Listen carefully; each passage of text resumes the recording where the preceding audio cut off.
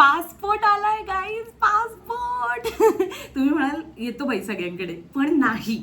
मला 2 वर्ष मेहनत केल्यावरती हा माझा पासपोर्ट मिळालेला आहे.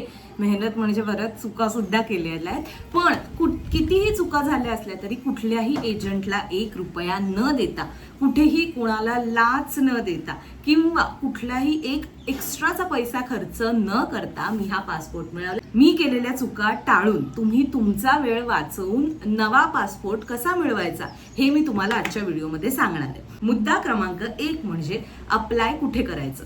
तर सगळ्यात महत्त्वाचं आणि सोयीस्कर झालेलं माध्यम म्हणजे ऑनलाईन. अर्थात त्यासाठी गव्हर्नमेंटची पासपोर्ट सेवा पोर्टल अशी एक वेबसाईट आहे, ज्याच्यावरती जाऊन तुम्हाला तुमचं नाव, तुमचं अकाउंट हे रजिस्टर करायचं आहे आणि मग तुम्ही पासपोर्टचं ॲप्लिकेशनसाठी तिथे एलिजिबल होता. आता रजिस्टर करायचं म्हणजे फार दगड फोडण्याचं काम नाही आहे, अगदी साधी सोपी प्रोसेस आहे. तुम्हाला तिथे जसं आपण इंस्टाग्राम किंवा फेसबुकला लॉग इनसाठी कसं एक ID क्रिएट करतो तसा ID क्रिएट करायचा आहे, त्याला पासवर्ड ठेवायचा आहे, पासवर्ड विसरायचा नाही.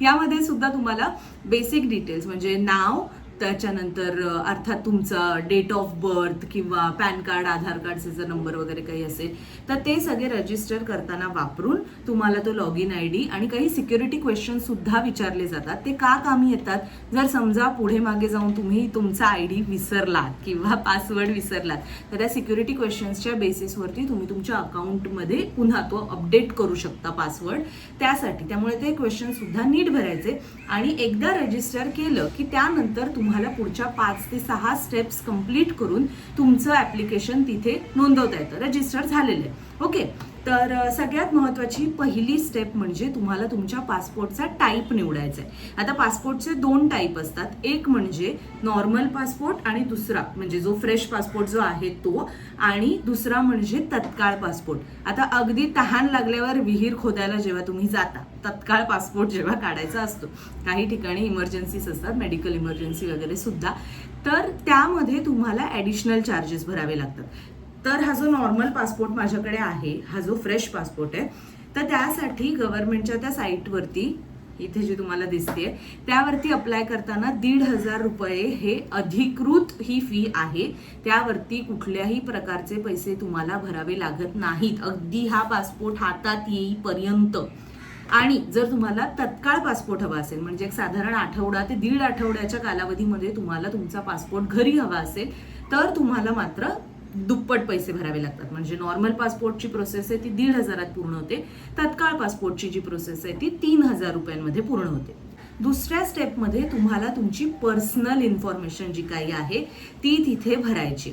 आता ह्याच्यामध्ये काय काय विचारतात, तुमचं नाव, आडनाव, त्याशिवाय तुमचा आधार कार्डचा नंबर, तुमचा पॅन कार्डचा नंबर, तुमचं क्वालिफिकेशन, तुमचं मॅरिटल स्टेटस म्हणजे सिंगल आहात का मॅरिड आहात, एम्प्लॉईड जर असाल कुठल्या ठिकाणी तर तुमच्या एम्प्लॉयमेंटचं टाईप काय आहे, सिटिझनशिप इथे विचारली जाते म्हणजे तुम्ही भारताचेच नागरिक आहात का याचं कन्फर्मेशन म्हणून तुम्हाला इंडियन अर्थात इथे सिलेक्ट करायचं असतं.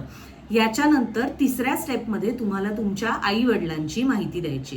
आई वडील म्हणजे आता जर तुमचे आई वडील असतील हयात तर त्यांचं आईचं नाव, वडिलांचं नाव, त्यांच्या एम्प्लॉयमेंट, त्यांची जी काही टाईप आहे त्याबद्दलची माहिती. जर तुमचं कोणी लिगल गार्डियन असेल तर तुम्हाला त्यांची तिथे माहिती त्याच पद्धतीची द्यायची, किंवा जर तुमचं लग्न झालेलं असेल तर तुम्हाला तुमचे जे कोणी म्हणजे तुमचा हजबंड किंवा तुमची वाईफ यांच्याबद्दलची जी माहिती आहे ती सेम म्हणजे नाव, एम्प्लॉयमेंट आहे वगैरे अशी जी माहिती आहे ती तिथे भरायची.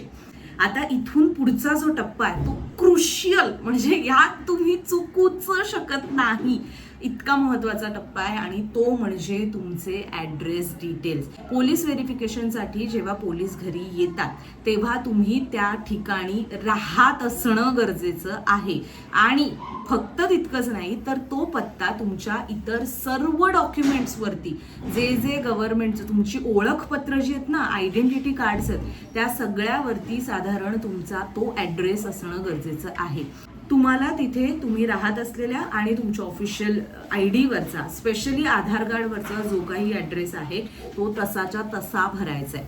मग त्यामध्ये सगळं आलं, अगदी तुमच्या बिल्डिंगचं नाव, तुम्ही ज्या माळ्यावर राहता ते, जर चाळीत राहत असाल तर त्याची माहिती तुम्हाला तिथे द्यायची आहे. त्याचबरोबर तो एक स्ट्रीट विचारली जाते किंवा कुठला स्टेट आहे, कुठला तालुका आहे, हा जिल्हा कुठला आहे, राज्य कुठलं आहे, या सगळ्याची इत्तमभूत माहिती जशीच्या तशी आधार कार्डवरची जी आहे ती तुम्हाला कॉपी करून तिथे टाकायची आहे. तरचे जे पुढचे टप्पे आहेत ते खरं तर सोपे आहेत. तुम्हाला इमर्जन्सी कॉन्टॅक्ट डिटेल्स द्यायचे असतात, त्याशिवाय काही ॲडिशनल क्वेश्चन्स असतात त्याच्यामध्ये, जसं की तुमच्या नावावरती यापूर्वी कुठला क्रिमिनल रेकॉर्ड होता का, यापूर्वी तुमच्याकडे कुठल्या पद्धतीचा पासपोर्ट होता का दुसऱ्या कुठल्या कंट्रीचा किंवा जे काही, त्याशिवाय तुम्हाला कधी पासपोर्ट नाकारला गेलाय का कुठल्या लिगल रिझन्समुळे, हे सगळे एक तुम्हाला लिस्ट ऑफ क्वेश्चन्स दिसेल आणि एक MCQ टाईप म्हणजे हो नाही किंवा मे बी जे काही एक्सप्लेनेशन असतं ते तुम्हाला तिथे सिलेक्ट करायचंय आणि मग तुमचा जो काही ॲप्लिकेशन आहे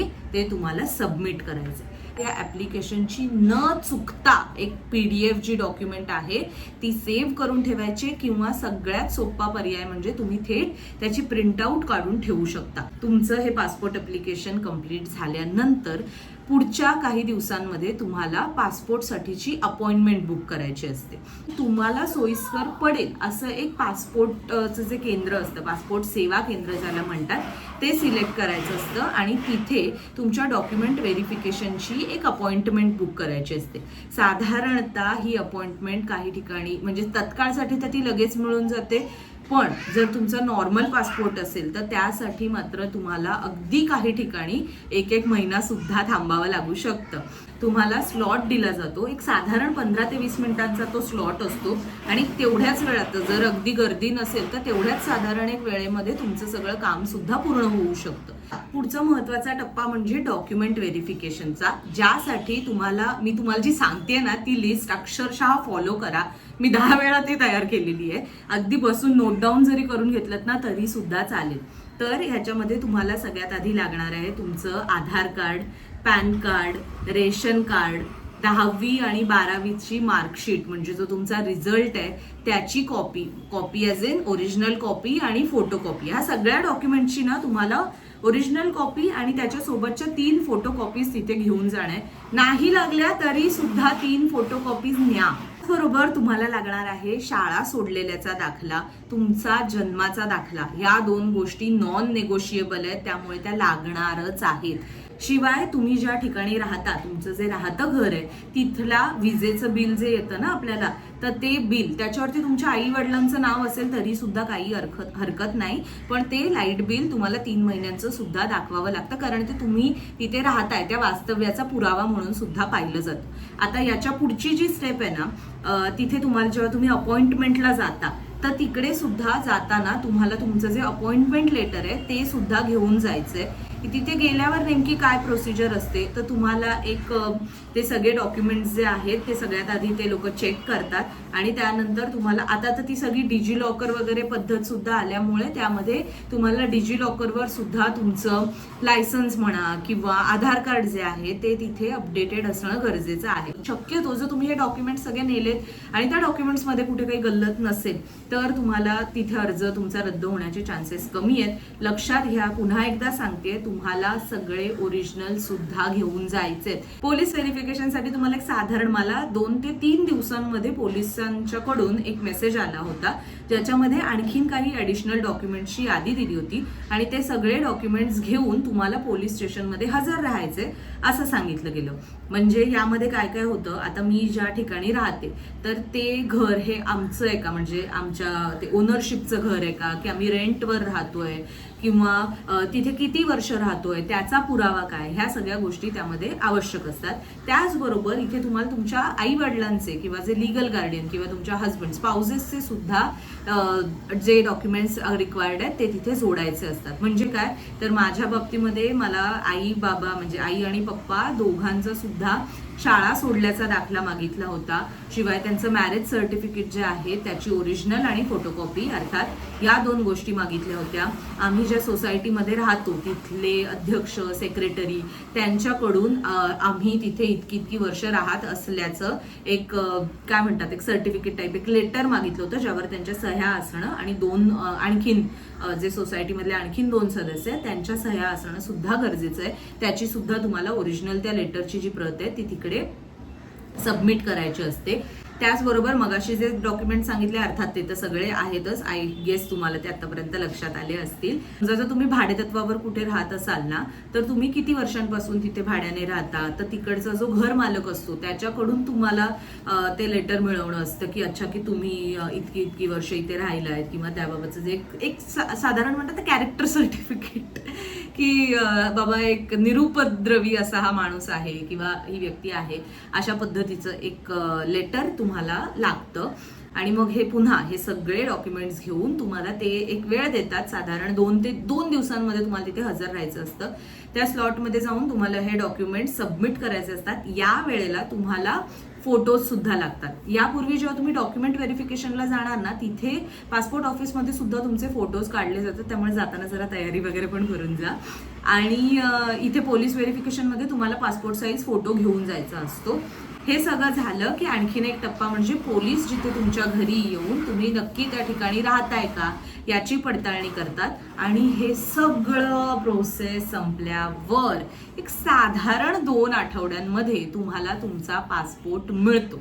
आता इथे आणखीन एक महत्वाची कॅच म्हणजे ज्या वेळेला तुम्हाला पासपोर्ट एकदा तुम्हाला मेसेजमध्ये टेक्स्ट मेसेज आणि मेलवरती तुम्हाला ह्याचं अपडेट आधीच दिला जातो की या वेळेसाठी तुमचा पासपोर्ट आता डिलिव्हरीसाठी डिस्पॅच झालेला आहे, त्याच्यामुळे तुम्ही कलेक्ट करायचं आहे.